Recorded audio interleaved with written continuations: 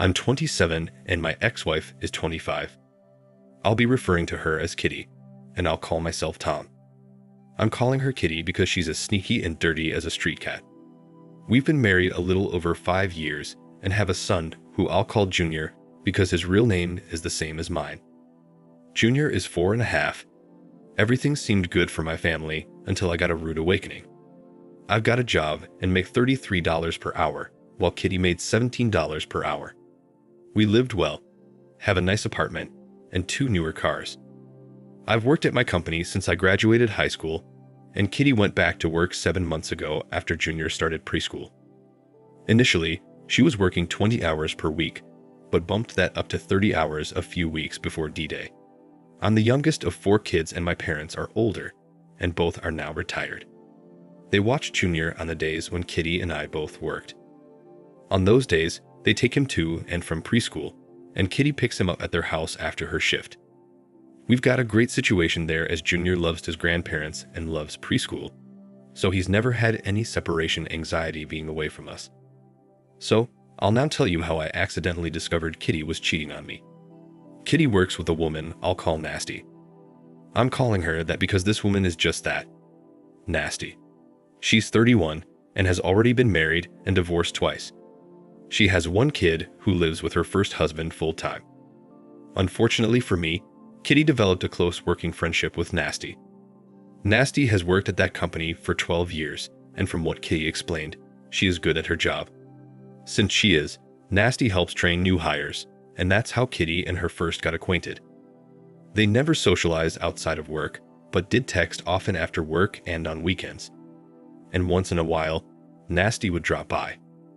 I first met Nasty at their company picnic and immediately got bad vibes. Now, a little more on why I call her Nasty. Not only is she twice divorced and doesn't have custody of her child, she also lives with a guy that she is in a friends with benefit relationship with. And she and her friends with benefit regularly swing with other couples and hook up individually with whoever they want since they're just friends with benefit. The whole thing is sickening, and I told Kitty this multiple times. Kitty told me she didn't approve of Nasty's personal life either, but said she really appreciates her as a work friend, as she has helped her out with so many things. Though I didn't like Nasty, I didn't have a problem with Kitty being work friends with her, since they really never socialized beyond that. I'll now explain the first clue I got that Kitty was cheating. It was Saturday morning, and Nasty stopped by to talk to Kitty. No big deal, she was in the area shopping and dropped by to give Kitty something. Nasty had been to our apartment a few times like this, and I didn't have a problem with it. Even though I thought she was gross, Nasty was always friendly to me and nice to my son, so this was okay. My wife and Nasty sat in the kitchen talking for 20 minutes before Nasty had to go. Kitty got up and walked Nasty out to her car where they stood and talked some more, while Junior and I sat in the living room watching cartoons. Kitty left her phone on the end table, and it started pinging with text. I ignored the first ping, but then decided to check it after the third text came through. This wasn't an issue, as we both knew each other's passwords and openly shared our devices. The texts were all from Nasty and in some sort of code. Now I thought that was strange as I was looking out my window at Nasty talking to Kitty, so she wasn't sending the text. I looked closer at the name and saw the text were from Nasty with a plus sign, while there were other texts just from Nasty. This made me look at the numbers, and they were different. I immediately knew something wasn't right. I saw Kitty walking back to the apartment, so I quickly took down both numbers to investigate further. I was going to ask Kitty about this when she got back inside, but decided to wait and do more investigating. When she came back in, Kitty joined Junior and me to watch TV. Then about 15 minutes later, she got another text and she picked up her phone to look at it. She said it was from Nasty and said Nasty said to tell me it was nice seeing Junior and me again. I told Kitty to tell her the same and she started typing. After she sent the message to Nasty, I watched as Kitty read through the messages she missed. As she was doing so, she was smiling ear to ear. She then typed out a quick reply, smiled broadly, and put the phone down. As she put the phone down, she looked over at me and saw I was staring at her, so she came over and gave me a kiss and sat between Junior and I. The rest of the weekend was uneventful, and we had a nice time as a family, but those texts from Nasty Plus were on my mind the whole time. While Kitty was cleaning up after dinner Sunday night, I took her phone and snooped further. I saw she sent a reply of 29YY to this nasty plus yesterday. I then looked back and all the texts between them were this way. All were a 2-digit number followed by either IY or YN. I didn't know what this meant, but I knew something sneaky was going on. I needed to find out who Nasty Plus actually was. On Monday morning, I called the number from a desk phone at my office. The calls made from our desk phones come up as either unknown or private in caller ID, so I could remain anonymous. When I called the number, it went to voicemail, and it was a guy's voice. His recording said, "Hi, this is first name last name.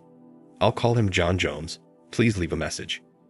This John was another co-worker of Kitty's that I met at the picnic, but she never once talked about him. I knew right then that Kitty was cheating on me with this guy, and those cryptic messages between them were some sort of code they were using to meet up. I later determined that the number was the date of the month.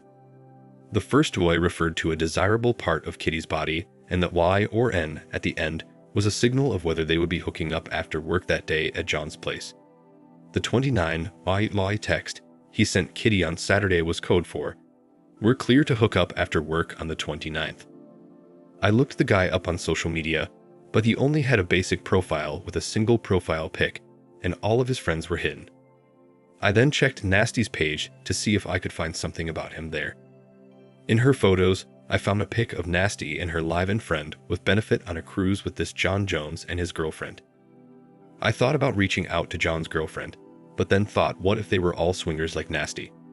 She might not care that he's hooking up with Kitty, and actually may be into it. Instead, I decided to do more detective work myself. I left work early on the 29th and went to my wife's company and sat outside in my car until she left. I followed well behind her in my car as she drove, so she wouldn't notice me. I lost her in traffic, but I had John's address that I found by doing a simple search, so I headed that way. When I got to the street, it was a residential neighborhood.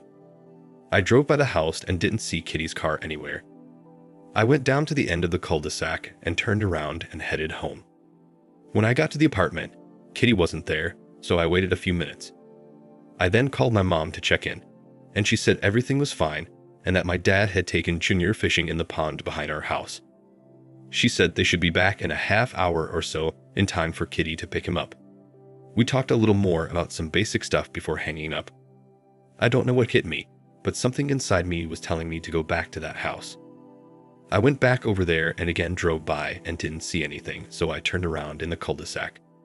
As I was heading back up the street in the direction of the house, I saw Kitty's car backing out of the driveway and the garage door shutting behind her.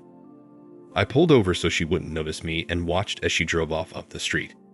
Even though I was a ways away, I could clearly see it was her.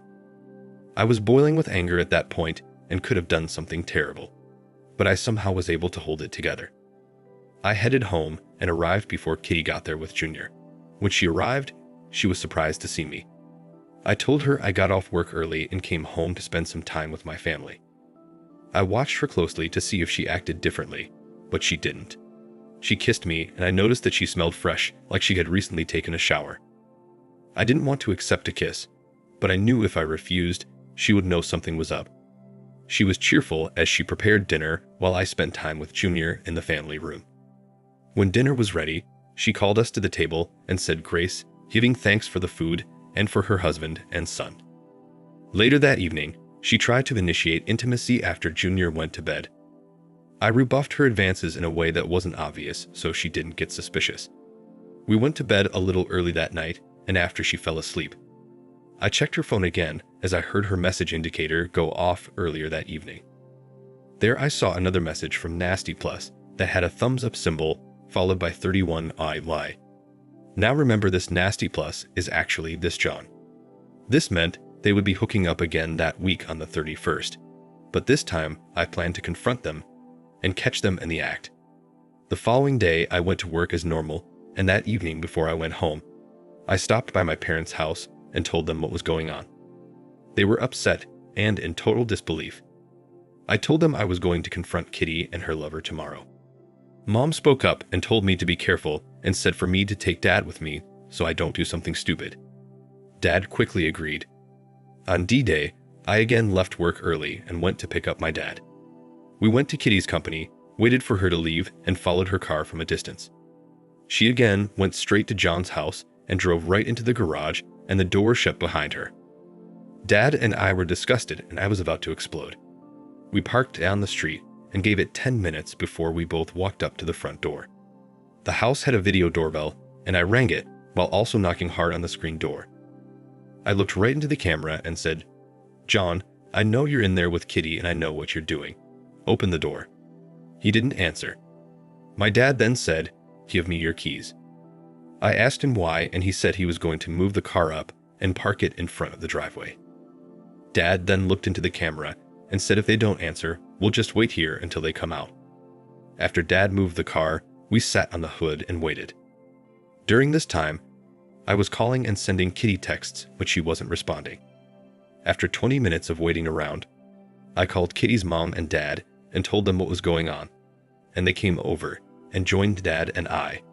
About 10 minutes after that, a woman drove up with a puzzled look on her face and started pointing in the direction of the driveway.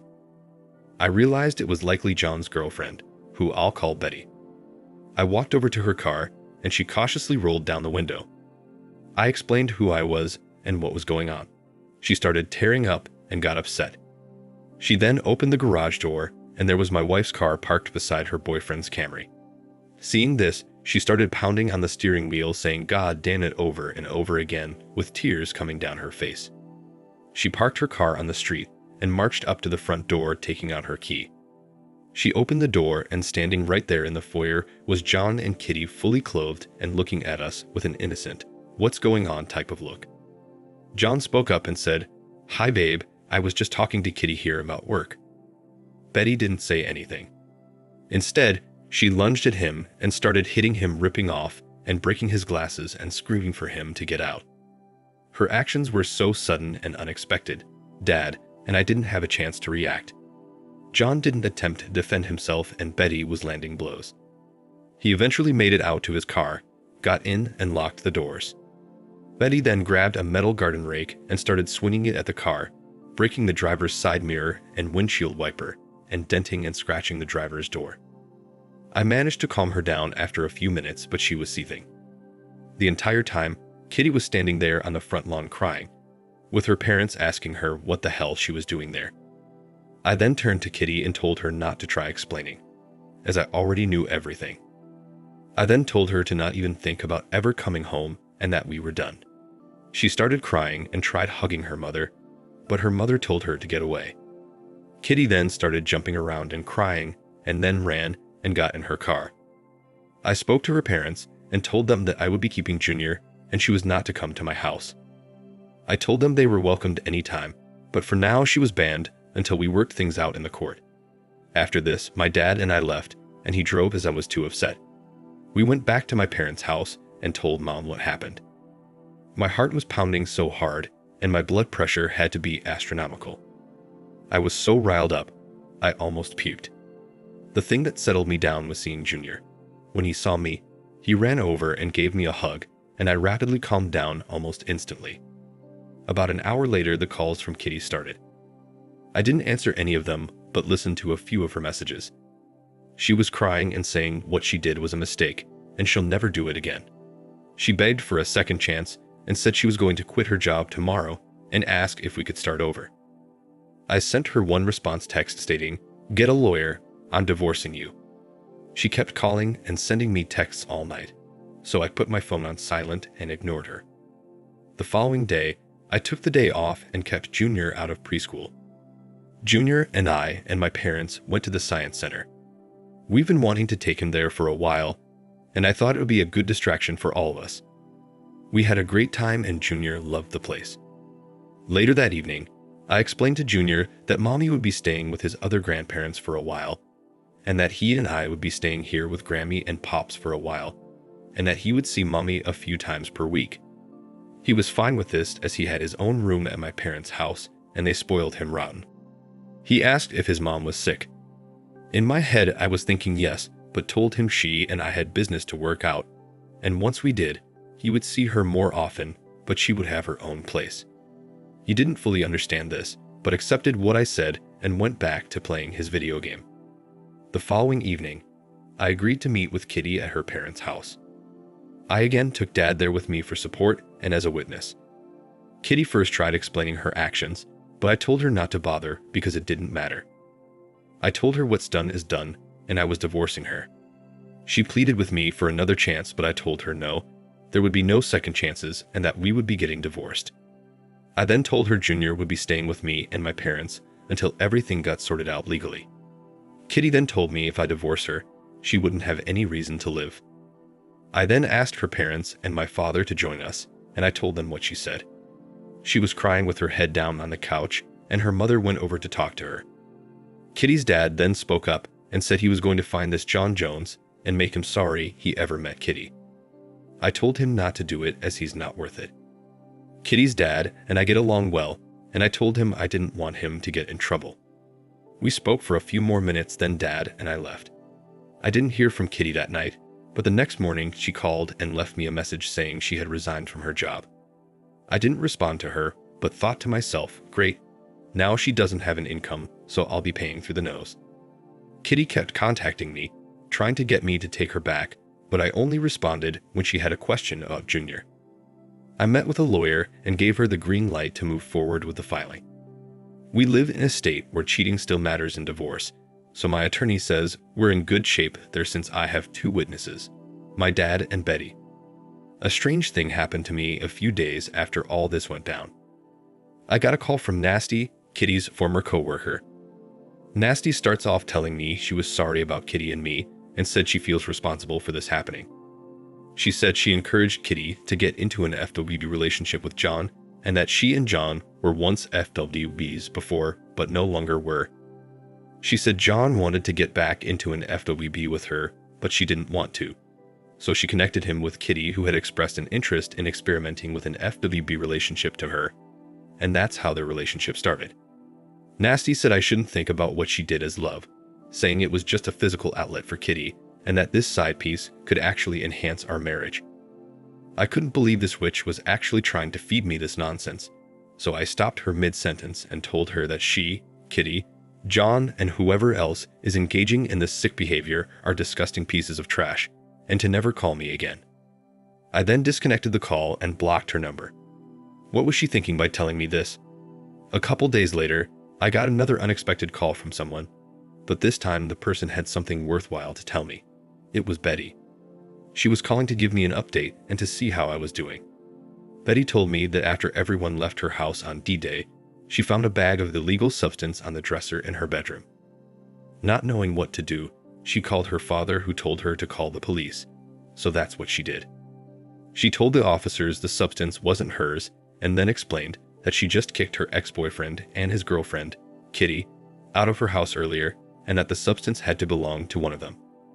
Betty then told me that John is a felon who served a stint inside for battery when he was 22. He's now 37.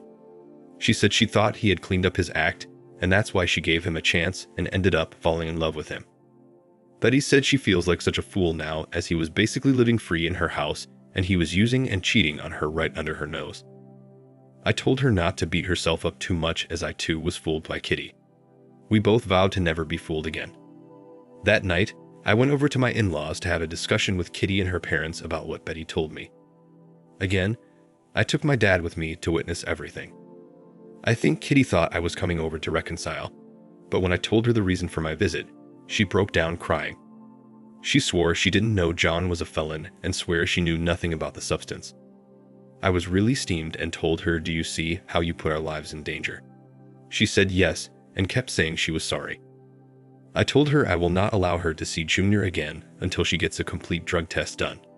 She kept crying, but agreed to get the test without any further pressure from me. I told my lawyer about my wife's lover being a convicted felon and about Betty finding illegal substances in her house that likely belonged to him. My lawyer said this was terrible, but then said it was great news for me, as this information, along with Kitty being a cheater, would more than likely be enough for me to secure full custody of Junior if we pushed for it. I was undecided at that point on whether I should push for full custody. My attorney said I should, and we should tender all the evidence. I was hesitant because I knew that would destroy Kitty, and I didn't want to do that, After all, she is Junior's mother. Kitty's parents begged me not to do it and instead suggested a 60-40 split where I have Junior 4 days and Kitty has him for 3. In the end, I followed the recommendations of my attorney and let her present to the judge the information regarding the fact that Kitty had an affair with a felon. She also entered into evidence the police report about the illegal substances found at the home where John lived. Kitty's attorney objected to this, stating the substance didn't belong to his client and she has never used any type of illegal or prescription drug. Kitty's attorney also provided copies of 2 drug tests Kitty took right after D-Day that showed she was clean. The judge reviewed all the information and said it was relevant. The judge ended up granting the divorce and awarding me primary custody of Junior. I have him from Tuesday through Saturday, and Kitty has him Sunday and Monday. Junior and I moved into a new apartment 5 minutes from my parents' house, so everything was great there. Kitty is still living with her parents and has started a new clerical job at the church her family attends. She has also gotten back into her religion in a big way, and it seems to have really helped her straighten up. In addition to her clerical job, she also teaches Sunday school and vacation Bible school. Junior attends church with Kitty and her family and enjoys going to the Sunday school class they have for kindergarten-age kids. Since Kitty's new job pays less than what she was making before, and the cost of living is so high around here, she'll need to keep living with her parents unless she gets a roommate. I hope she continues living with my ex-in-laws as I feel much better about Junior being with them when Kitty has him. Also, I forgot to add earlier that the judge did not require me to pay any alimony due to the infidelity and no child support since Junior is in my care 5 days a week. Overall, I'd say things are pretty good for us now, though I wish all this never happened, and I still do miss Kitty now and then. Kitty has finally realized that we're never getting back together, though I know she desperately wants to, as her parents tell me that's all she talks about. Thankfully, she no longer brings this up to me when we're doing our handoffs. I've not started dating again, and I have no interest in doing so anytime soon. I'm going to concentrate on Junior and my work and have a short-term goal of saving up for a down payment on a house. Also, before I go, I wanted to address some of the questions you had about John and Betty. First off, Betty and I haven't hooked up and don't plan to as we're not each other's type, but I very much appreciate all her help in this. She reported John's affair with Kitty and the illegal substances found at her home to John's company. John was let go a few days later, but Betty didn't know the reason, but believes the company likely conducted a random drug test, and that's why. Also, Betty told me recently that Nasty is no longer working at that company. She doesn't know why, but jokingly told me it was probably due to her sleeping with all of her coworkers, which I wouldn't doubt. Thank you for watching. Like, comment, and subscribe if you enjoyed the video. Until next time, I'll see you again. Take care.